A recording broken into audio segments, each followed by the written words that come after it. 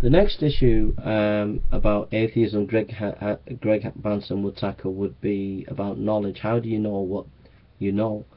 There's a philosophical issue within philosophy called the infinite regress, and that is to say that all knowledge ultimately is based on just acceptance.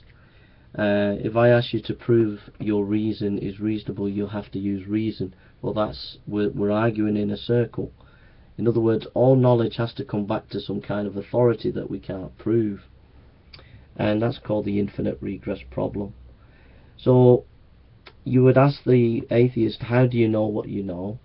And you would show that on a wider scale that there's always going to be some kind of knowledge that trumps the knowledge that the person already knows.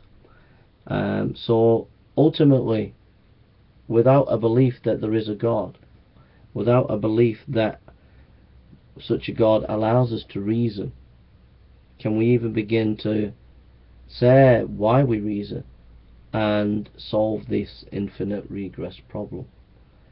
So the question would be something like, ultimately you can't really know what you know, because there's always a possibility that your knowledge will be trumped by new knowledge, because you don't know everything in the universe. Whereas Christianity is saying that we can know things because God has given us a reason, and the knowledge that we do know is true knowledge that helps us to function in the world. So you know, for the atheist, the world could be a dream world. It could be something that's not real. For the Christian, we know that it's real because it's grounded in God.